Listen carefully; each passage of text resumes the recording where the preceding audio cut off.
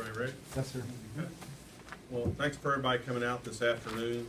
Several of you all had questions regarding the homicides recently experienced here in Lexington, so I wanted to update you on what the investigators and the cases that we have currently and go over a few of those. First thing I'd like to announce and update you on is on the press release that you see that we have obtained warrants for 5 individuals involved in one of our recent homicides. The press information officers will get you that information. Warrants have been obtained for, I think, 3 adults and 2 juveniles. Is that correct? 3 adults, 2 juveniles. Kenyon Hips, Marquise Smith, and juvenile. It's actually 3 juveniles and 2 adults. We'll get that information in the photographs we have for you. We're still working that case as we speak. If we can look at our homicides that have occurred this year in Fayette County, wanting to go over a few of those and update you on where we stand right now. The first homicide occurred at 432 Roosevelt Boulevard, and that was on January 1st of 2016. That is a case that is still very fluid, still very active, that we are working. The investigators have advised me that we know through the victimology where our victim was, all the way up to his residence at that time, at which time he received a phone call and that victim left to go meet someone. And that was the last time he was seen. So we're asking people in the community, if you have information, to forward it to us. We need the information about who his friends were, who he was visiting, and if anyone has the information on who he's visiting that night at the last time that he was seen, we would appreciate it. That occurred at approximately 2 to 3 o'clock in the morning that he left his residence to go meet an individual. If you have that information, you can give it to us directly at the police department. If you don't feel comfortable with it, we have a system in place, our Crime Stopper system. 1, you can be paid for the information if you want to be paid for the information. 2, it is completely anonymous. You can send it in, and we don't track the ISP addresses, we don't track phone addresses or the phone numbers. You can anonymously give that information and be assured that your information won't be released. We just want the information, not the individual giving the information.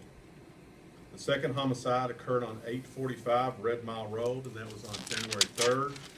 That was a case of 3 individuals that went to a party together. The victim and the suspect knew each other. We've made an arrest in that case. We've turned that over to the Commonwealth Attorney's Office.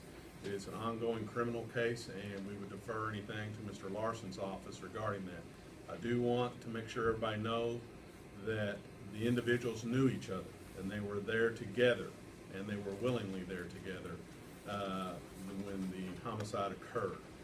The next case would be 217 University Avenue.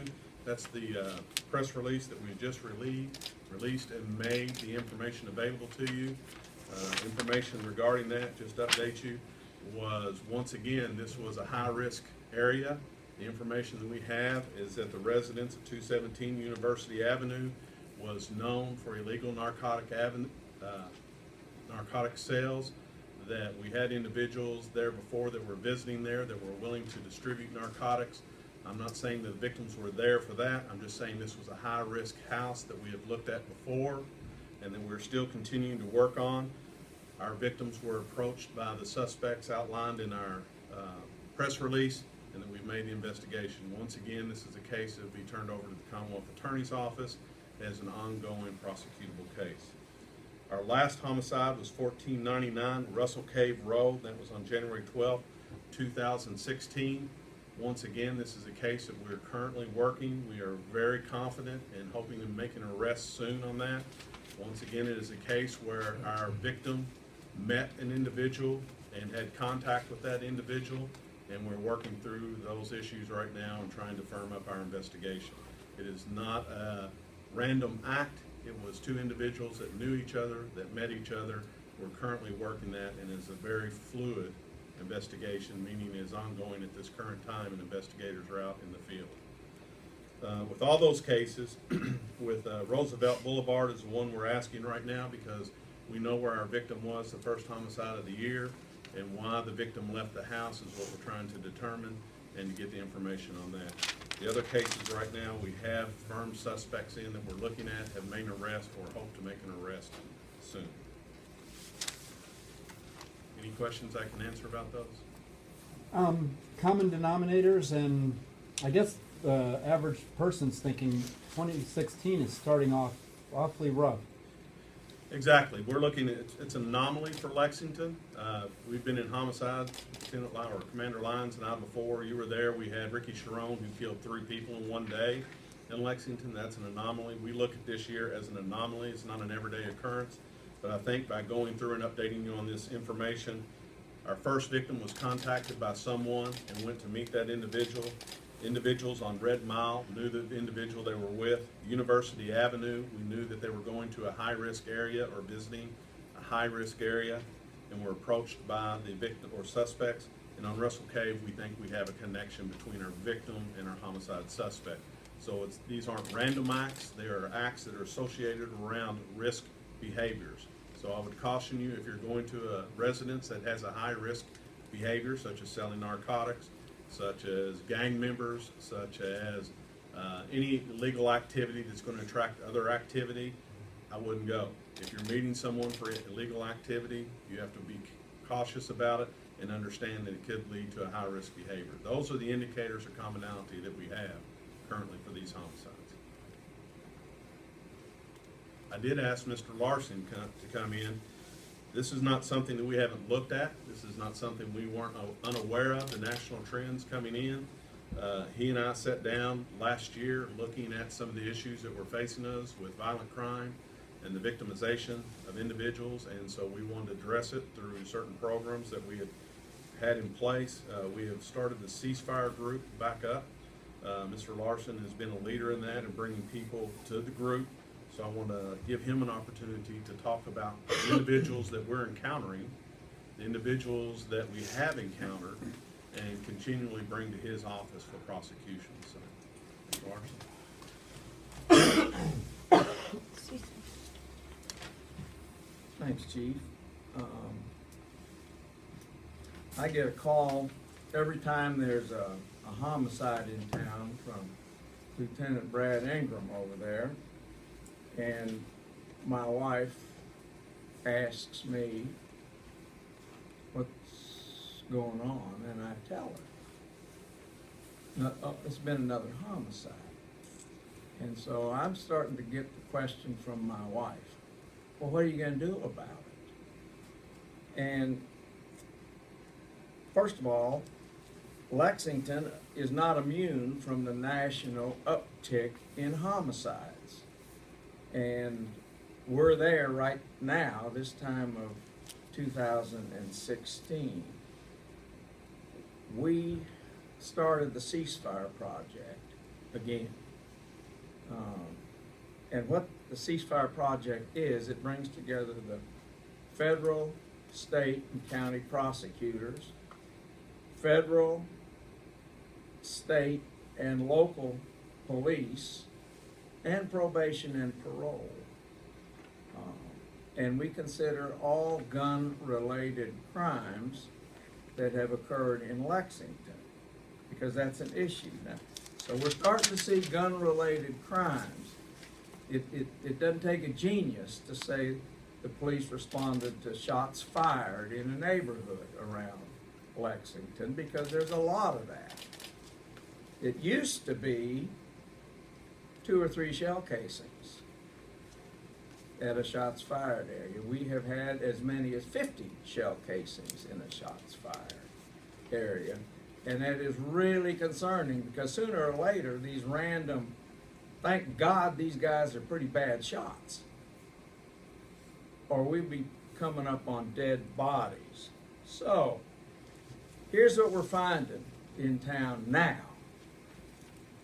Gang violence is increasing in our town. Gun violence is increasing in our town.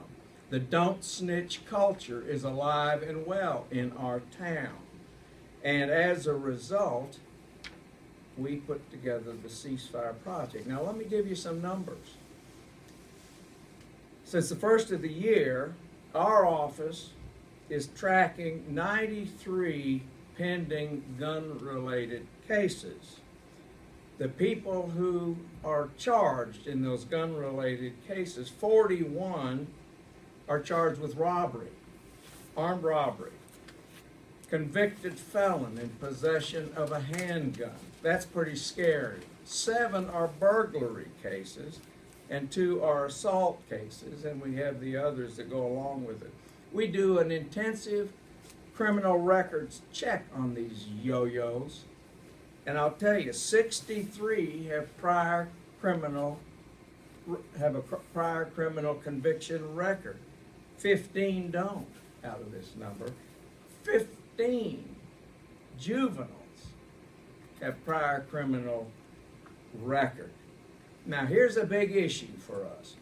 I don't know how many of you have ever heard me whine about the House Bill 463, that catch and release soft on crime criminal friendly law that our legislature passed. But it's the one that sort of wants people out of custody. From pretrial to probation to parole. Let them out. Keep them out. Well, on the custody status of those 91, 37 are in custody, 42 are out. We have 5 of the 91 are on probation, 3 are out on bond, and 6 juveniles are out. Gang validation. The police department has a superior gang resource unit. And if you all want to do an interesting story, you ought to talk to them. We have 12 of these thugs are gang validated in our town. People are being probated. People out of custody. Pretrial release happens at the jail by pretrial services with AOC. People who are charged with criminal in possession, prior criminals on probation with outstanding warrants because they violated the conditions of their probation.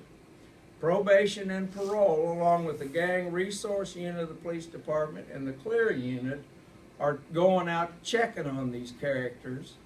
And if they're in violation or they've got warrants, they're put in custody. Because let me tell you something about custody. We know 2 things about criminals and custody. When they're on the streets, they commit crimes. And when they're in custody, they don't. We owe more to the good guys in this town than we do the bad guys. And that's what ceasefire is doing. Why are the feds involved? Because guess what? They put them in federal prison and they have to serve 85% of their time. It's important. These people that use guns in the commission of crimes, we want them in custody because the public's entitled to be protected from these outlaws. So, there you have it. Thanks. I had a question, Chief. Yes, sir. Is there any indication that of these murders, any are in retaliation for a prior? We don't see anything connecting these 4 homicides together at this time, or in retaliation for another act. So, Are you at liberty to speak about where exactly you are in your investigation with the Howard murder? no. We want to keep everything as very fluid that we're working on right now. Question about the one that happened last night at McDonald's. Was he shot there in McDonald's, or was he shot somewhere else trying to drive to the McDonald's and that's where he crashed? I don't want to give the information out that the investigators are looking at right now because we're still speaking to individuals that have information regarding that. That'll be out pretty soon. I'm hoping that we make an arrest in that. And are you thinking arrest next couple hours, days? I have no idea. We have to let the investigation unfold and follow all the information, the forensic information that we're getting, along with witness statements. Any real tangible correlation to a new year and an uptick? I mean, is there anything you can point to? No, the homicides are very, unless they are related, and what Mr. Larson's talking about, whether it's a gang-related homicide that's continuing going on in retaliation, these aren't indications of that. They're very individualistic. Sometimes we've had domestic violence issues, and those increase in the winter months. We had a recent case that I think the officers did an outstanding job. They could have easily been a homicide had they not intervened. So we have those cases, domestic violence. You're looking at a country right now that's plagued with illegal drug use, addiction issues, broken family issues, societal issues, and I think you're seeing that increase. Not here in Lexington, everywhere across the United States. And like Mr. Larson says, we're not immune from those societal issues.